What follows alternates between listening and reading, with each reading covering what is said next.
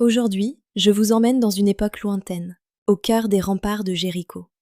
Là où une femme nommée Rahab a osé faire un choix que personne n'attendait. Ce n'est pas seulement une histoire de guerre ou de survie, c'est l'histoire d'un courage discret, d'une intuition forte et d'une décision capable de changer un destin. Installez-vous confortablement. Voici l'histoire de celle qui a su voir l'avenir, avant que les murs ne tombent. Dans l'ombre des remparts imposants de Jéricho, une femme observe le monde depuis sa fenêtre. Son nom est Rahab. Dans la ville, tout le monde la connaît, mais personne ne la respecte vraiment. Les soldats viennent chez elle, les marchands aussi. On murmure son nom dans les rues, souvent avec mépris. La ville est riche, animée, mais enfermée dans ses certitudes.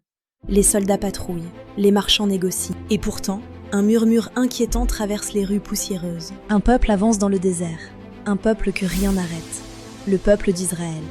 On raconte qu'ils ont traversé une mer ouverte en deux, qu'ils ont vaincu des rois pourtant plus puissants que Jéricho. Les habitants ont peur, mais Rahab, elle, ressent autre chose, une étrange certitude, comme si l'histoire était déjà en train de changer. Rahab connaît la réputation des envahisseurs. Elle entend les récits de villes tombées, de peuples en fuite. Une nuit, alors que la ville s'endort, deux étrangers entrent discrètement dans Jéricho.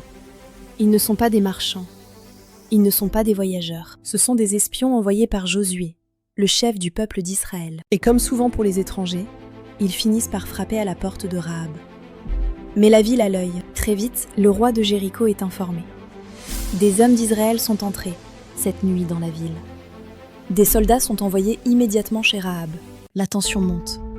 Dans la petite maison sur la muraille, Rahab doit prendre une décision. Mais si elle les protège, elle risque la mort pour trahison. Elle sait que si elle les livre, elle sera récompensée. Le silence devient lourd.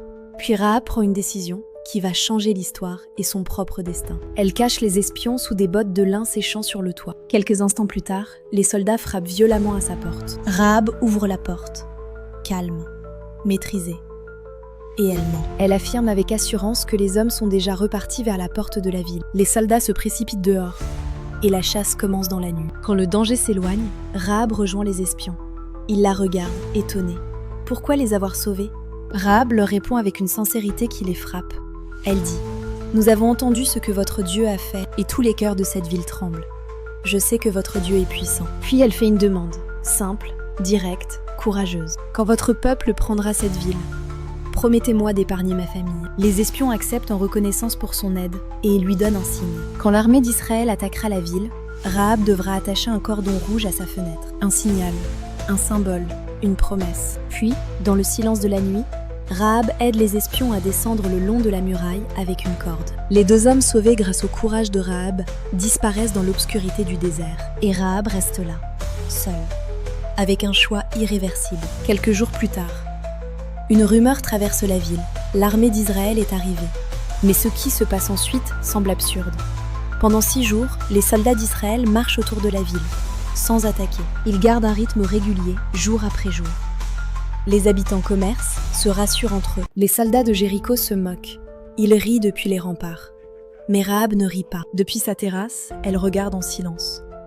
Et le cordon rouge flotte déjà au vent. Le 7e jour, tout change. Les trompettes résonnent, le peuple crie, et soudain, les murs de Jéricho tremblent. La terre gronde, les pierres se fissurent. Puis dans un fracas colossal, les murailles s'effondrent. La ville imprenable vient de tomber. Mais au milieu des décombres, une seule maison reste debout, celle de Rahab. Les espions ont tenu leur promesse. Rahab et sa famille sont sortis vivants de la ville détruite. Rahab quitte Jéricho. Elle abandonne son ancienne vie. Elle rejoint le peuple qu'elle avait choisi de protéger. Et l'histoire aurait pu s'arrêter là. Mais elle continue. Rahab devient l'ancêtre d'une lignée qui traversera les siècles. Une lignée qui mènera, bien plus tard, à la naissance de Jésus. Une femme rejetée par sa ville. Une femme jugée par son passé, est devenue une pièce essentielle de l'histoire. L'histoire de Rahab nous rappelle une vérité puissante. Notre passé ne détermine pas notre futur. Une seule décision courageuse peut changer une vie. Le vrai courage, c'est d'oser reconnaître quand le monde change, et de s'y préparer. Aujourd'hui encore, dans nos carrières, dans nos projets, dans nos sociétés, beaucoup restent derrière des murs rassurants mais fragiles. Habitudes, certitudes, statuts. Rahab nous rappelle que anticiper le changement vaut souvent mieux que le subir. Une décision audacieuse peut transformer un destin ordinaire en héritage durable. N'hésite pas à t'abonner si tu aimes ce genre d'histoire.